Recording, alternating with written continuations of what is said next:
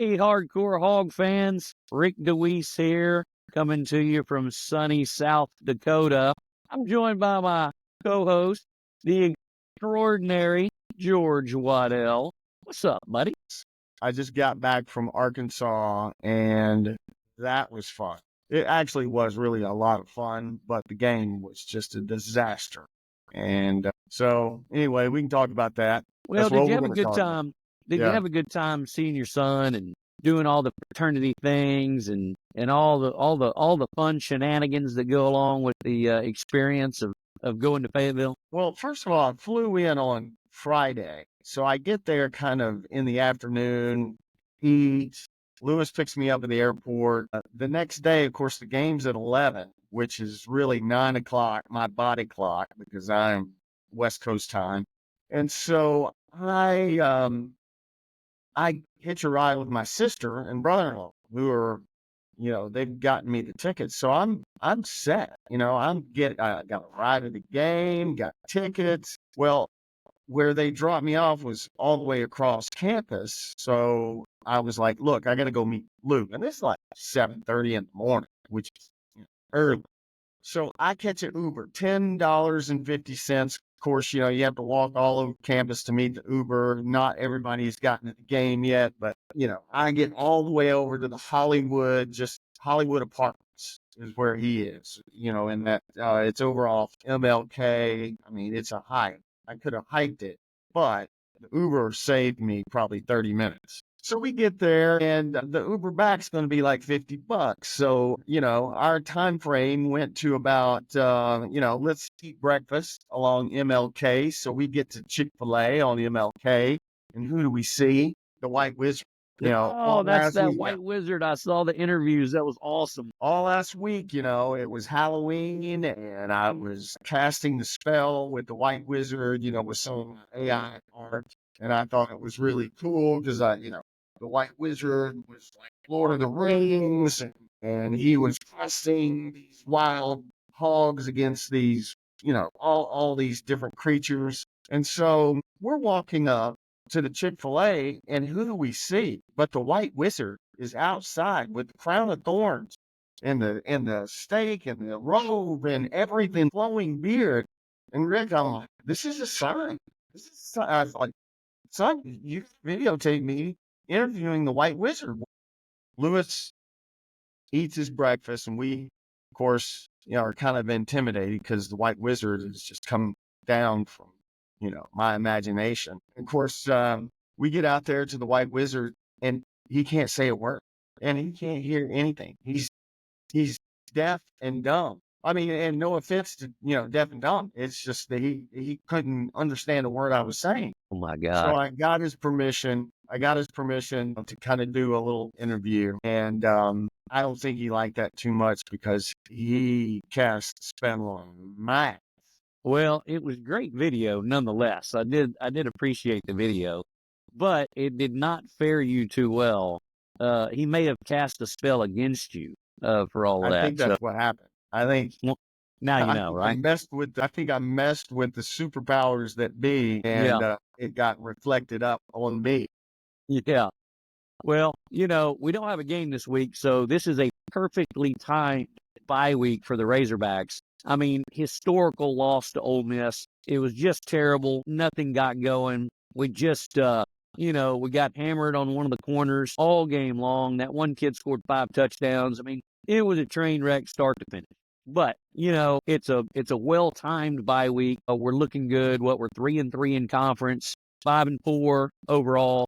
Like you and I talked about in the very beginning, we might have had Lang with us when we talked about our season prediction. May have been Jay Lawson, but we talked about our season prediction. You and I are on track, buddy.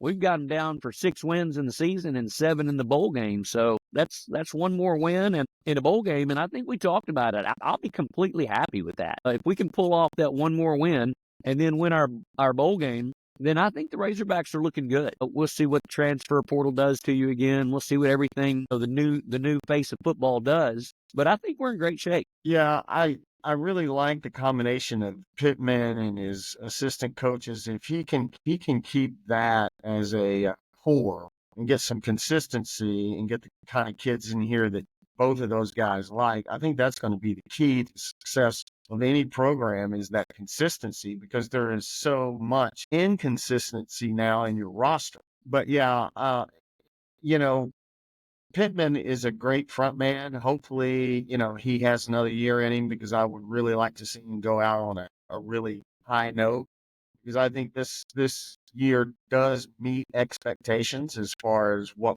both of us thought.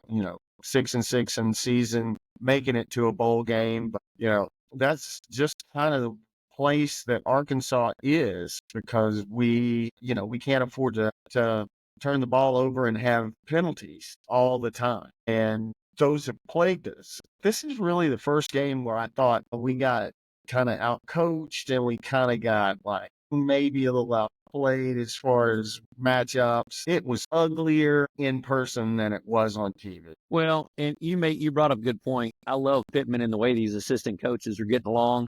I love the way they're bringing these kids along. You talk about Lane Kiffin, and I'm probably going to get criticized here, but honestly, I've always been a Lane Kiffin fan. I hate it, but I am. Every place he's been, he's just that cocky guy that stretches the edge. I'm not a big fan of his of what he started out in college football world with everybody faking the injuries and falling down on the field. But that's just another part of Lane Kiffin stretching the rules to his advantage to get what he wants, and that's a win. And pure and simple, I mean, he did outcoach us. Their team is a good football team. They outplayed us, no doubt. I mean, that Jackson Dart kid is something else as well. But, I like what we got going on. I love Petrino and Jay Will, and I love Pittman. I think they're all getting it together. I hope a lot of these kids stay because we're bringing them along just fine. Add a couple of kids to the mix next year. I mean, think about it. We've lost some great players that had they just stayed and been part of this team, we'd be in high cotton right now. Yeah, So, Rock Sanders is not man, doing that's a big loss. South Carolina. He's performing well. So, anyway, I think we're in fine shape. I'm not the Hog fan that's all disappointed in the season because we got smashed by Ole Miss. Doesn't matter if you lose 20-19 or 63 to whatever, but at the end of the day, you got beat. How embarrassing it is does not matter. It's a loss in the loss column. I have not given up on the Razorbacks. Didn't expect that win really, but I was hoping. That's why I had the 1-point win on my prediction. So other than that, I think we're going to be fine moving forward. Now they got another week to think about it, put some packages in place. Now we got a tough Texas team coming up. I mean, we'll talk more about it next week. I don't want to get too much into Texas, but they're playing at a high level. 7-1, ranked number 4 maybe in the country. It's like you said earlier in our podcasts back 4 or 5 ago. It's a bowl game every time, bro. I mean, you're playing a top 10 team every week now. So anyway, we'll see how it plays out. And I wonder right now if Texas and Oklahoma understand that yet. Texas is they played Colorado State, they played Michigan, UTSA, and UL Monroe. But then they played Mississippi State, which, I don't know. Like I said, they're not very good. The only real SEC team they played so far is Georgia, and they got beat. Yeah. Mississippi State and Vanderbilt. Well, I mean, there's no doubt we're going to play them hard. The toughest team. Yeah, I mean, they're coming to our house. I mean, there's no doubt we're going to play them hard. It just seems every time we play Texas in Razorback Stadium, it is a tight game. I don't remember the last time we played them there, we won, and we stormed the field. Remember that game? Yep. And the time before that may have been all the way back to 2005 when I did that huge catering out there on the admin front lawn, and they beat us 17-15, something close. So, yeah. We've always played them well in Razorback Stadium. There's no doubt about that. Yeah. Well, I always remember 42-11, 1981. That's like drilled into my memories. And Little Rock, of course you do. So satisfying. So satisfying. Yeah, when I was in college there, I remember them just coming in and beating us. It wasn't by much, but they would somehow find a way to beat us, and it would just be so disgusting. Yeah. Because you only got one shot a year at it. I know. And listen, the crowd will turn out for this deal because if there's one thing people don't like, it's a Texas team. Nobody likes the University of Texas, our crowd will turn out. Clearly, yeah, it will still be a hot ticket, and I really don't expect anybody will welcome them in with open arms. I mean, it's all down horns and Todd Fexit. Yeah. Now, look, I'm sure our fans will be respectful because I'm always respectful to my Texas counterparts. But that doesn't mean I'm not going to be in the crowd with my horns down, yelling explicatives at the team from afar. But at the end of the day, when I see Texas fans, I got plenty of friends that are Texas fans. I'm always respectful, and I always tell them welcome to Fayetteville and have a good time. Yeah. Hell, back in '05, I think I fed about 150 of them up at my tailgate. So it was a good time to have the Texas fans mixed in with us, and we did have a great time, and that was mostly apt for the game. Well, like Susky said, the Texas fans are cool. He said the Texas Aggie fans are the ones that are the real tough ones to stomach because, that I guess Texas is a little bit more aristocratic, Yeah. But well, we've got plenty of friends that are Texas fans. Whether they went to the University of Texas or whether they're from Houston or Austin or Dallas or anywhere in between, we've got plenty of friends that are Texas fans. So yeah, I respect the hell out of the fans. I like them a lot. But when it comes game time, I certainly do not like the Texas Longhorns. Well, and and my buddy Kurt Holton, who's a hardcore Hog fan, and he is a big time Hog fan. His daughter went to Texas, and so I have a picture of him in his Texas Longhorn visor and his Texas Longhorn vest that he's got on for a football game. And I mean, I gave him hell for that. I think if my daughter went to Texas, I don't think I could possibly do that. Well, it just wasn't an option, right? No, I would discourage all my kids from going there. But at the end of the day, some of us Hog fans have kids that end up going to Texas, and I guess you got to play the part and be the sorority dad, be the University of Texas dad, be the Longhorn dad. But I don't know how you can do it. I don't either. Look. As far as my hand is so heavy, George. I just can't. I couldn't imagine. When you be playing baseball and there'd be 2 outs, I would always do two down. Yeah, 2 down. Because everybody else is throw up the Longhorn 2 outs. Yeah, I couldn't do that. My hand weighs too much. I can't get it up there. There's 2 down, folks. Yeah. Everybody, 2 down. Yeah, or if I was telling them 2 down, I'd be doing this right here. 2 down, 2 down. Yeah. 2 down, 2 down. And basketball used to be, the only saving grace because there for a few years we just lose to Texas every year, and you only got one shot. It was always like, yeah, we missed our chance, and so you'd have to wait a whole other year before you could hate Texas again. But in basketball, at least during the Eddie Sutton years with Abe Lemons and all those characters, you had a shot at Texas at least twice a year. Hey, I mean, speaking of basketball, did you watch the basketball game last night? Did not. No, I didn't. I mean, we played Lipscomb. It was like playing a high school team, but nonetheless, it was nice to get to see the boys on the court doing what they do. They're going to be a good basketball team. Did that count? Was that an exhibition? That's a for the record, it does. Real deal at Holyfield. Yeah, real game. But man, we got some good characters out there. I mean, when you got kids named Boogie and there's lots of good names to be calling this year. We'll have fun doing some. It's such great basketball names. I know. We're going to have a good time calling basketball this year for Hardcore Hog, especially with Calipari coaching. I mean, like we say, shoot boy, it's gonna be fun. So South Dakota treating you right? Yeah, I love this place. I mean, crazy enough, and this is so odd for South Dakota. It's been 55 degrees every day. It is just as pretty today as when you saw me last week for the podcast, and I was about an hour and a half north of here. And now I'm settled into a farm. It's about 2,500 acre farmhouse. I mean, the closest neighbor is about 7 miles away. The closest town is 35 miles away. And so I'd say I'm definitely in the middle of nowhere. Yeah, that sounds like. As you can see behind me, that's what the rest of it looks like, 360. Right. Is that where the buffalo roam? Well, it's where the pheasant roam. That's damn sure. Yeah. So and a few coyotes. And a few coyotes because they like the pheasants, don't they? They like to hunt pheasant just as much as I do. Yeah. But This place is beautiful. I mean, you can't beat it. It is wide open. A little windy today, but other than that, it's awesome. Yeah, hang on just a second. You got company? Car keys that had to be transferred over for a moment here. Is that a mayor appearance right there? Oh no, that is that Stella Stella? Waddell. Stella, what's up? Get in here, girl. Come on. She was not made up. Oh, who cares? Good Lord. Yeah, okay. Tell her to get in here and say hi. What's up, my girl? Superstar. How are you? Pretty good, pretty good. Hey, keep doing what you're doing. You look great. How long is it going to? 1 hour. Perfect. It's great to have a great dad. I can tell you that. All right. Later. All right. Well, shoot.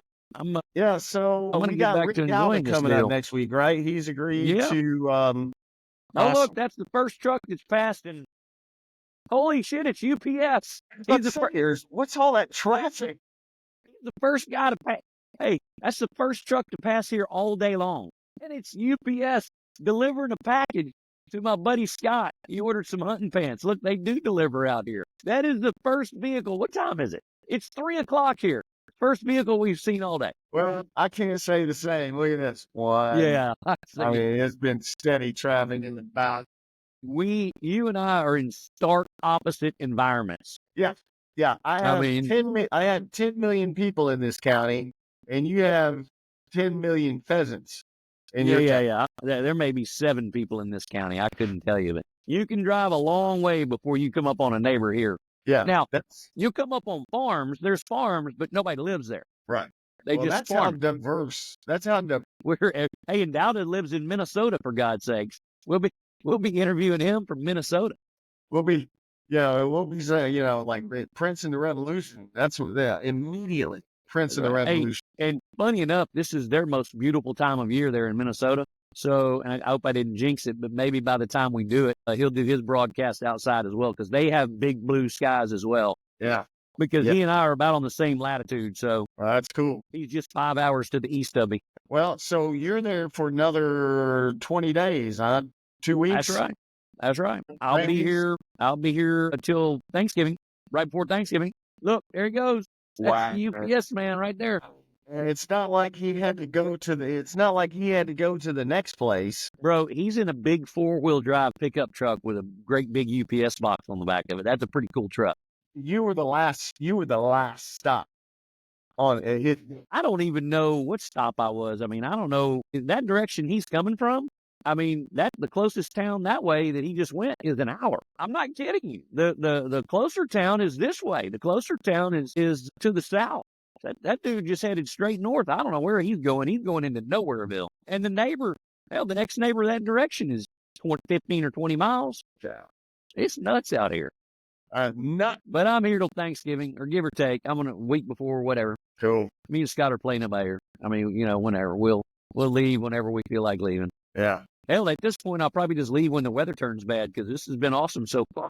I was about to say, so it starts to, it is 1st of November, and the time that I was in Minnesota during the World Series, it was already, and this was like back in 1991, it was already snowing. Yeah, this is the first time I've been to South Dakota in 15 years that I haven't seen any snow at all whatsoever. I mean, this is unbelievable that there's not even been a hint of snow. I mean, it's seriously 55 every day. Well, you missed it in Northwest Arkansas this past weekend. It was Tornado Alley up in Bentonville, Rogers area. I was up there, of course, for Dad's weekend, but there was several tornado outbreaks on Sunday. No, my wife. Monday.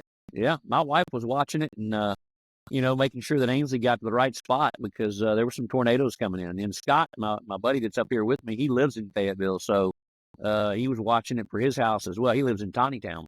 Yeah. Well, that's about where it was. Yeah, went right over them. So yeah, crazy weather. Usually you would expect it to be bad here and be nice in Arkansas, but it's the other way around. It's nice up here and terrible in Arkansas. Well, we've got Santa Ana winds, so we get gusts here, except in Beverly Hills, we're protected by all the rest of the mountainous area. So we just stay steady 72. Man, that's kind of cool. You in San Diego.